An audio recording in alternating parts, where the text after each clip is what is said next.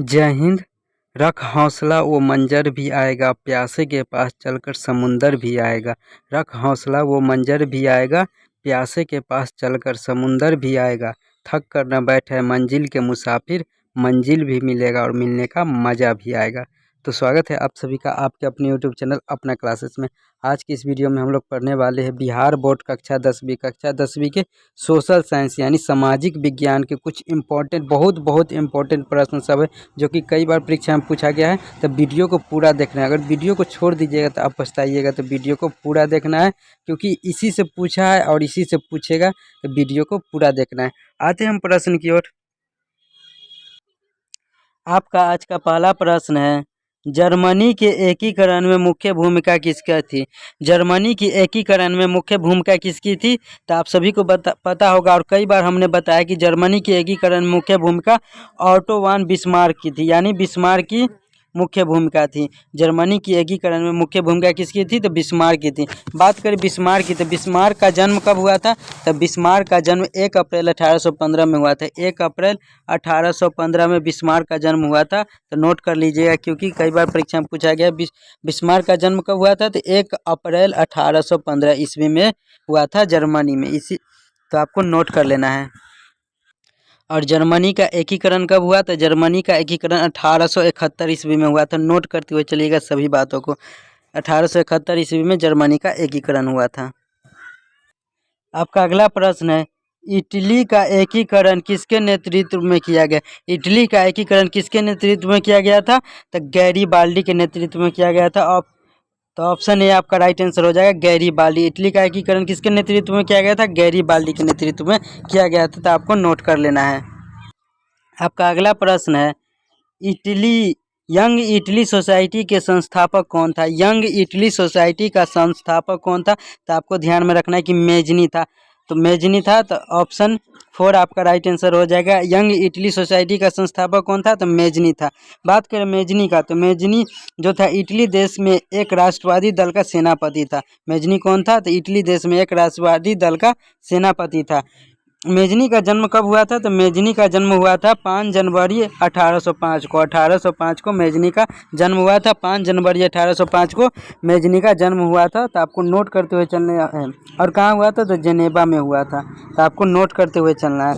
और मेजनी की मृत्यु कब हुई थी ये भी बात नोट कर लीजिए। मेजनी का मृत्यु जो कि 1872 ईस्वी में हुआ था। 1872 ईस्वी में मेजनी का मृत्यु हुआ था और जन्म 1805 ईस्वी में हुआ था। तो नोट कर लीजिएगा। बढ़ते माँ की ओर। आपका अगला प्रश्न है, महात्मा गांधी ने असहयोग आंदोलन कब प्रारंभ किया? महात्मा गांधी ने असहयोग आंदोलन कब प्रारंभ किया था? तो आपको ध्यान में रखना है कि 1920 ईस्वी में। 1920 ईस्वी में ऑप्शन 2 आपका राइट आंसर हो जाएगा। 1920 ईस्वी में ही महात्मा गांधी ने असहयोग आंदोलन प्रारंभ किया था। जब रोलेक्ट एक्ट आया था 1919 में, उसी के विरोध में असहयोग आंदोलन चलाया गया था। रोलेक्ट एक्ट कब आया था? तो 1919 में आया था। रोलेक्ट एक्ट आने के बाद ही असहयोग आंदोलन 1920 में चलाया गया था। आपका अगला प्रश्न है, सविनय अवज्ञा आंदोलन कब चलाया गया था? सविनय अवज्ञा आंदोलन कब चलाया गया था? तो 1930 में। 1930 में ही सविनय अवज्ञा आंदोलन चलाया गया था। तो ऑप्शन 3 आपका राइट आंसर हो जाएगा, 1930। सभी बातों को नोट करते हुए चलिएगा कि 1930 में ही सविनय अवज्ञा आंदोलन चलाया गया था। आप सभी से निवेदन है कि अगर आप भी चैनल पर नए हैं तो चैनल को सब्सक्राइब कर दीजिए, क्योंकि ऐसे ही प्रश्न और ऐसे ही वीडियो के लिए हम रोज़ आपके लिए ऐसे ही वीडियो लाते रहते थे। चैनल को सब्सक्राइब करके ही जाइएगा, क्योंकि परीक्षा आने वाला है। तो चैनल को सब्सक्राइब कर दीजिएगा, तो हम रोज़ आपके लिए ऐसे ही वीडियो लाते रहते तो सबसे पहले आप तक पहुँचेगा। तो चैनल को सब्सक्राइब कर दीजिएगा और बेल आइकन में ऑल नोटिफिकेशन ऑन कर दीजिएगा, तब कि ये होगा कि जब भी मैं वीडियो डालूंगा सबसे पहले आप तक पूछेगा। तो चैनल को सब्सक्राइब करके जरूर जाइएगा, आप सभी से निवेदन है। आते हम अगले प्रश्न की ओर। असहयोग आंदोलन का मुख्य कारण क्या था? असहयोग आंदोलन का मुख्य कारण क्या था? तो असहयोग आंदोलन का मुख्य कारण था रोलेक्ट एक्ट, प्रथम विश्व युद्ध। सॉरी रोलेक्ट एक्ट का मैंने बताया था कि असहयोग आंदोलन का मुख्य कारण था रोलेक्ट एक्ट। ऑप्शन ए आपका राइट आंसर हो जाएगा। असहयोग आंदोलन का मुख्य कारण क्या था? तो रोलेक्ट एक्ट था। ऑप्शन 1 आपका राइट आंसर हो जाएगा, गड़बड़ाइएगा नहीं। आपका अगला प्रश्न है, करो या मरो का नारा किसने दिया था? करो या मरो का नारा किसने दिया था? तो महात्मा गांधी ने दिया था। ऑप्शन 4 आपका राइट आंसर हो जाएगा। महात्मा गांधी ने ही करो या मरो का नारा दिया था। आते हैं हम अगले प्रश्न की ओर। आपका अगला प्रश्न है, सविनय अवज्ञा आंदोलन में महात्मा गांधी ने नमक को अधिक महत्व क्यों दिया था? सविनय अवज्ञा आंदोलन में महात्मा गांधी ने नमक को अधिक महत्व क्यों दिया था? तो नमक का प्रयोग अमीर गरीब सभी करते हैं, इसके लिए यह भोजन का अभिन्न अंग होता है, इसके लिए नमक तैयार करने पर सरकार का अधिकार था। तो इनमें से सभी आपका राइट आंसर हो जाएगा कि सविनय अवज्ञा आंदोलन में महात्मा गांधी नमक का अधिक महत्व क्यों दिया था? क्योंकि इसका प्रयोग अमीर गरीब सभी करते, इसका प्रयोग भोजन में किया जाता है, नमक तैयार करने पर सरकार का अधिकार था। इनमें से सभी आपका राइट आंसर हो जाएगा। आपका अगला प्रश्न है, भारत वापसी आने पर महात्मा गांधी ने पहला सत्याग्रह कहाँ किया? भारत वापसी आने पर महात्मा गांधी ने पहला सत्याग्रह कब किया था? तो देखिए, महात्मा गांधी है जो कि भारत कब वापस आए थे? दक्षिण अफ्रीका से। तो 1915 में वापस आए थे दक्षिण अफ्रीका से, और आने के बाद अपना पहला आंदोलन है जो कि चंपारण आंदोलन किया था। तो ऑप्शन ए आपका राइट आंसर हो जाएगा। ऑप्शन 1, भारत वापसी आने पर महात्मा गांधी ने पहला सत्याग्रह चंपारण सत्याग्रह किया था। और चंपारण सत्याग्रह कब हुआ था? तो 1917 में हुआ था चंपारण सत्याग्रह। 1917 में आपको नोट कर लेना है। आते हैं अगले प्रश्न की ओर। महामंदी का प्रारंभ किस वर्ष हुआ? महामंदी का प्रारंभ किस वर्ष हुआ था? तो आपको ध्यान में रखना है कि 1929 में ही महामंदी प्रारंभ हुआ था। तो ऑप्शन 3 आपका राइट आंसर इसमें हो जाएगा। 1929 में ही महामंदी प्रारंभ हुआ था। विश्व व्यापार संगठन की स्थापना कहाँ पर हुई थी? विश्व व्यापार संगठन की स्थापना कहाँ पर हुई थी? तो आपको ध्यान में रखना है कि ये जेनेवा में हुआ था। विश्व व्यापार संगठन की स्थापना जेनेवा में हुआ था। ऑप्शन 3 आपका राइट आंसर हो जाएगा। आपका अगला प्रश्न है, लाल मिट्टी कहाँ पाई जाती है? लाल मिट्टी कहाँ पाई जाती है? तो दक्कन के पठार में पाया जाता है। लाल मिट्टी कहाँ पाया जाता है? तो दक्कन के पठार में पाया जाता है। आपको ध्यान में रखना है। आते हैं अगले प्रश्न की ओर।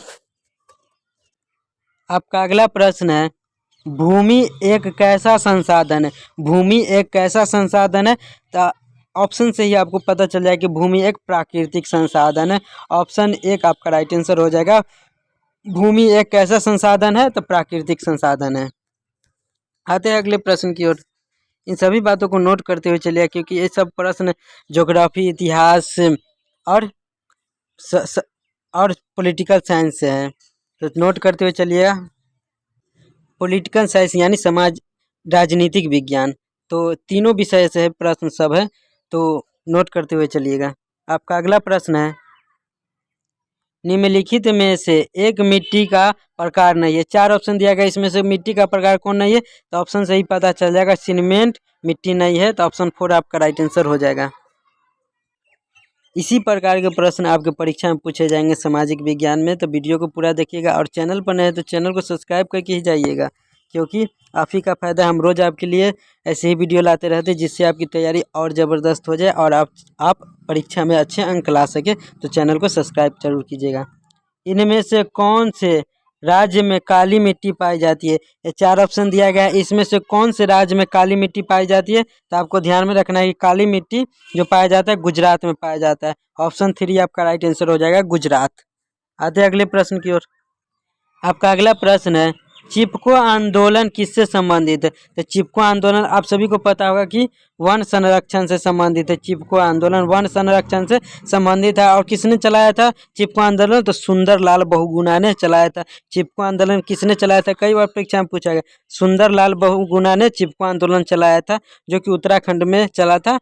वृक्ष काटने के विरुद्ध चला था चिपको आंदोलन।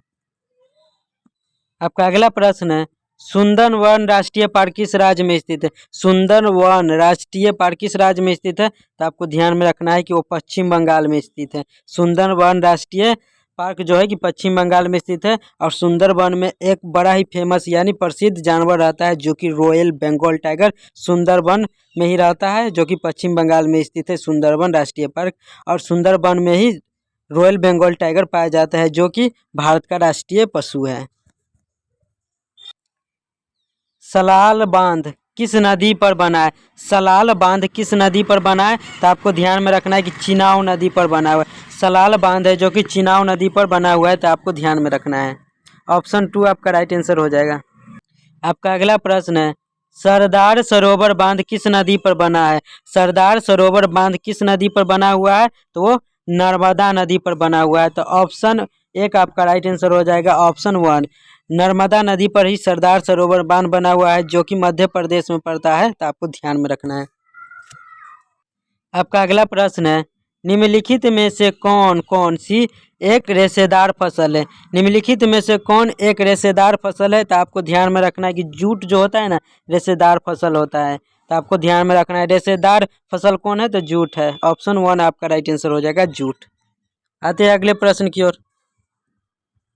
आपका अगला प्रश्न है, निम्नलिखित में से कौन सी एक रबी की फसल है? ये 4 ऑप्शन दिया गया है, इसमें से कौन रबी की फसल?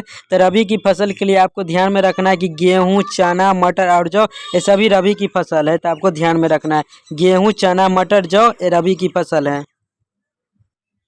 आप ऑप्शन 4 आपका राइट आंसर इसमें हो जाएगा, गेहूं। गेहूं हो गया, चना हो गया, मटर हो गया, ये सभी रबी की फसल है। तो ऑप्शन 4 आपका राइट आंसर हो जाएगा, गेहूं।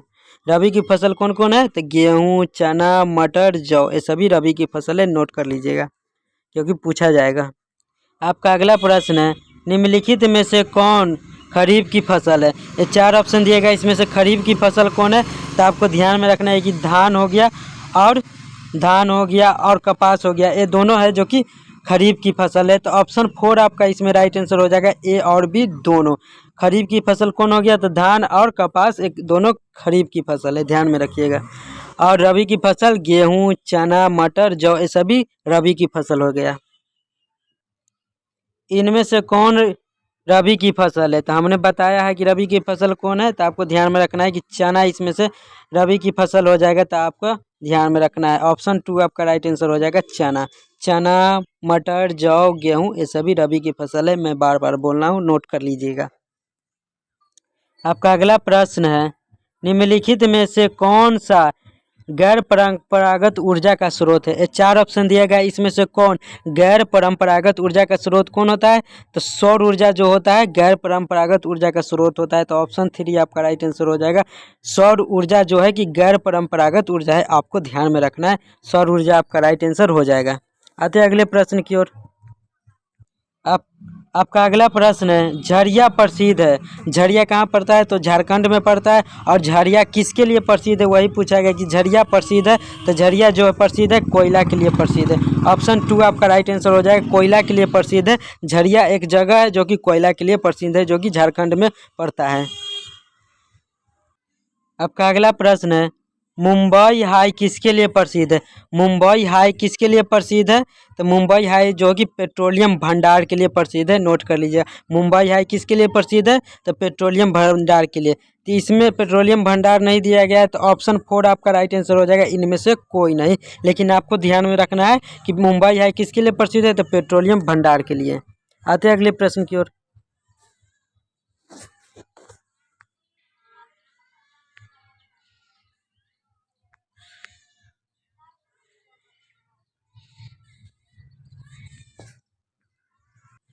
आपका अगला प्रश्न है, झारखंड में स्थित कोडरमा निम्नलिखित में से किस खनिज का अग्रणी उत्पादक है? झारखंड में स्थित कोडरमा जो है वह किस खनिज के लिए उत्पादक है? आपको ध्यान में रखना है कि वह अभ्रक के लिए सबसे आगे रहता है। अभ्रक बहुत ज़्यादा होता है झारखंड के कोडरमा में। तो आपको ध्यान में रखना है, ऑप्शन ए आपका राइट आंसर हो जाएगा, अभ्रक। अभ्रक के लिए ही कोडरमा जो कि झारखंड में स्थित है उसके लिए प्रसिद्ध है। विदेशी व्यापार किन के मध्य में होता है? विदेशी व्यापार किन के मध्य में होता है? तो 2 देशों के मध्य में होता है।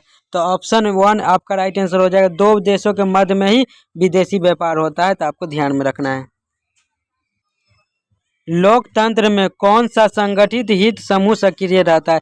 लोकतंत्र में कौन सा संगठित हित समूह सक्रिय रहता है? तो आपको ध्यान में रखना है कि व्यापारी, उद्योगपति और किसान। तो ऑप्शन 4 आपका राइट आंसर हो जाएगा, ये सभी सक्रिय रहता है। तो आपको ध्यान में रखना है, लोकतंत्र में व्यापारी हो गया, उद्योगपति हो गया और किसान हो गया, ये सभी सक्रिय रहता है। ऑप्शन 4 आपका राइट आंसर हो जाएगा। आपका अगला प्रश्न है और अंतिम प्रश्न है, वर्तमान समय में भारतीय संघ में कितने केंद्र शासित प्रदेश है? तो वर्तमान समय में जो कि 8 केंद्र शासित प्रदेश है। पहले 9 था लेकिन अब 8 है। तो आपको ध्यान में रखना है कि वर्तमान में कितने केंद्र शासित प्रदेश है। तो 8 केंद्र शासित प्रदेश है। और कौन कौन है नोट कर लीजिएगा। जम्मू कश्मीर हो गया, अंडमान निकोबार हो गया, चंडीगढ़ हो गया, दादर तथा नागर हवेली और दमन द्वीप। एक ही है, दादर नागर हवेली और दमन द्वीप। और लद्दाख हो गया, लक्षद्वीप हो गया, दिल्ली हो गया और पुडुचेरी हो गया। आपको नोट करना है। फिर से एक बार बोल दे रहा हूँ, अंडमान निकोबार, चंडीगढ़, दादर नागर और दमन द्वीप। एक ही है, दादर नागर हवेली और दमन द्वीप। जम्मू कश्मीर हो गया, लद्दाख हो गया, लक्षद्वीप, दिल्ली और पुडुचेरी, ये सभी केंद्र शासित प्रदेश हैं। हो सकता है आपसे पूछ ले कि निम्नलिखित में से कौन केंद्र शासित प्रदेश है। तो आपको केंद्र शासित प्रदेश के नाम याद रहना चाहिए। ठीक है, नोट कर लीजिएगा वीडियो को रोक रोक कर। तो ये था कुछ इम्पोर्टेंट सोशल साइंस यानी सामाजिक विज्ञान के कुछ इम्पोर्टेंट और बहुत इम्पोर्टेंट प्रश्न था ये सभी। तो आप सभी से निवेदन है कि अगर आप भी चैनल पर नए हैं तो चैनल को सब्सक्राइब कर दीजिएगा, क्योंकि हम रोज़ आपके लिए ऐसे ही वीडियो लाते रहते हैं जिससे आपकी तैयारी और भी अच्छी हो जाए और ज़बरदस्त हो जाए और आप परीक्षा में अच्छे अंक ला सके। तो हमारे चैनल को सब्सक्राइब कर दीजिएगा और वीडियो को लाइक कर दीजिएगा। मिलते हैं नेक्स्ट वीडियो में। जय हिंद।